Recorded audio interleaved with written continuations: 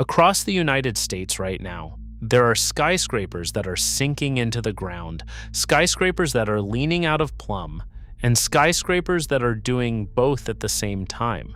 Some of them you have heard of. Some of them are luxury towers where the cheapest unit cost more than most Americans will earn in their lifetime. And in nearly every case, the people who live in them or bought into them found out about the problem the same way. Not from the developer, not from the city, but from a lawsuit, a satellite study, or a crack that got too big to hide. In this file, I'm going to put 5 of them side by side. 5 American skyscrapers in 5 locations, all sinking or leaning right now. And by the end, I'm going to show you the single decision that connects almost every one of them. Because once you see it, you cannot unsee it. It is the same decision made over and over in city after city by people who all believe the same thing, that the ground would hold. This is document number 5. The file on 5 sinking towers is open. The first one you already know if you have been reading these files, the Millennium Tower in San Francisco. It rises 645 feet with 58 stories, and it was completed in 2009. It was the most prestigious address in the city, a tower of glass and concrete, where condos sold for millions and the penthouse went for $13 million. It was built on a friction pile foundation that never reached bedrock, sitting in soft soil near the San Francisco Bay. The original engineering predicted 4 to 6 inches of settlement over the building's entire lifetime. By the time residents were told, in 2016, the building had sunk roughly 16 inches and was tilting visibly. By 2023, the lean at the northwest corner had reached about 29 inches. A $100 million fix, completed in 2023, drove new piles to bedrock and managed to arrest the worst of the sinking.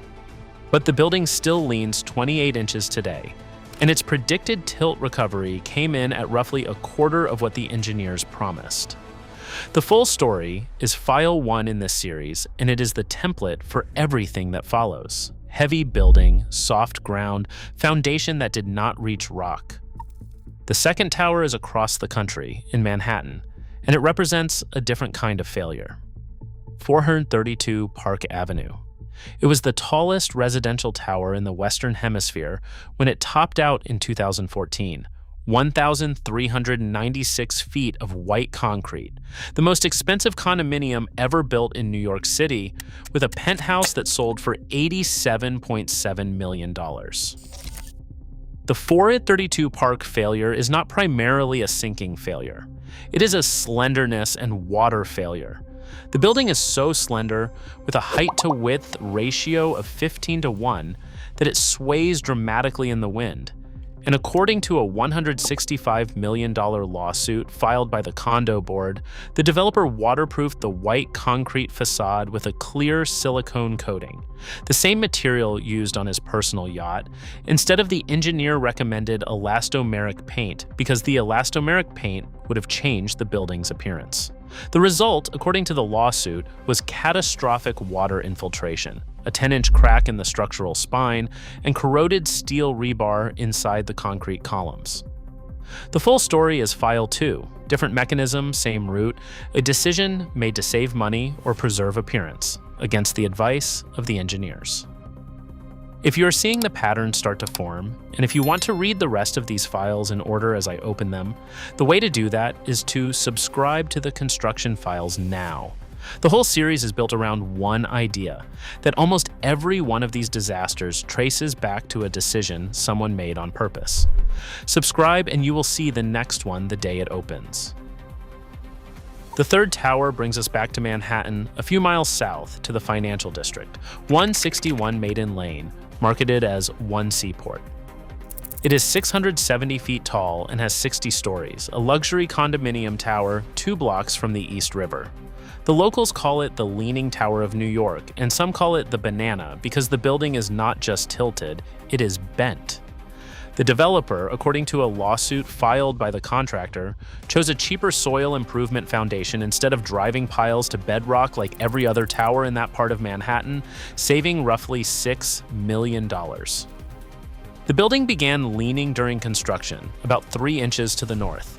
The attempt to correct it by building the upper floors angled the opposite way produced a building that curves. Construction stopped. The glass came off, and the tower has stood half-finished and leaning for years, with engineers estimating that any real fix would cost 9 figures, more than $100 million, on a building whose entire planned sellout was $272 million.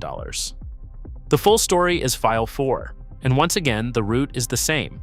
A foundation that did not reach bedrock, chosen to save money. 3 towers, 3 cities, 3 foundations that failed to do the one thing a foundation has to do. And here is where the file gets larger than 3 buildings, because the 4th entry on this list is not 1 tower. It is 35 of them. In December 2024, scientists at the University of Miami's Rosenstiel School of Marine Atmospheric and Earth Science published a study in the Journal of the American Geophysical Union. Using satellite radar data collected between 2016 and 2023, they measured vertical ground movement along a 12-mile stretch of South Florida coastline, from Miami Beach to Sunny Isles Beach. What they found was that 35 high-rise buildings along that stretch were sinking, settling between 0.8 inches and 3.1 inches. And here is the detail that made the study national news. About half of those buildings were less than a decade old. These were not crumbling relics. These were new luxury towers and hotels, some of them among the most expensive addresses in Florida, quietly sinking into the limestone and sand beneath the barrier islands. The scientists were careful and precise about what they found. They said the settling was likely caused by load-induced compression of sandy layers within the limestone, made worse by vibration from nearby construction, with tidal groundwater movement rearranging sand grains under the foundations.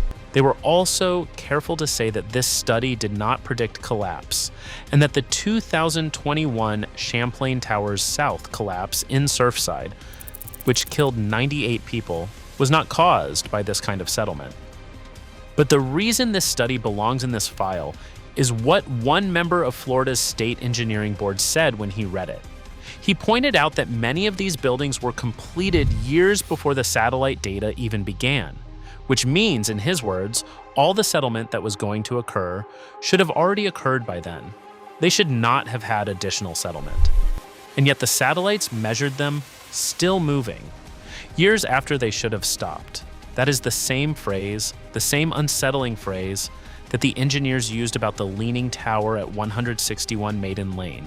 Still moving, long after it should have stopped. If you have made it this far into the file, you already know what kind of channel this is, and you already understand why I keep opening these documents. The way this channel keeps going is the same way every independent investigation gets made, by the people who decide to subscribe and stay.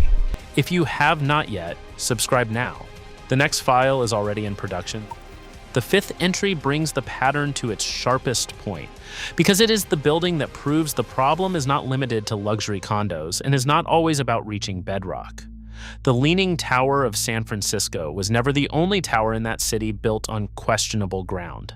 San Francisco's entire eastern waterfront, the financial district, and the area south of Market Street sits substantially on landfill, ground that was reclaimed from the bay over the last century and a half. The Millennium Tower's sinking was the famous case, but engineers studying the region have raised concerns about how the broader district, built on that same fill, will behave over decades, and especially how it will behave in a major earthquake. The deeper issue is not one building. It is a pattern of building heavy towers on soft, reclaimed, or sand-layered ground in city after city, on the assumption that modern engineering can compensate for what the ground underneath cannot provide. Sometimes it can.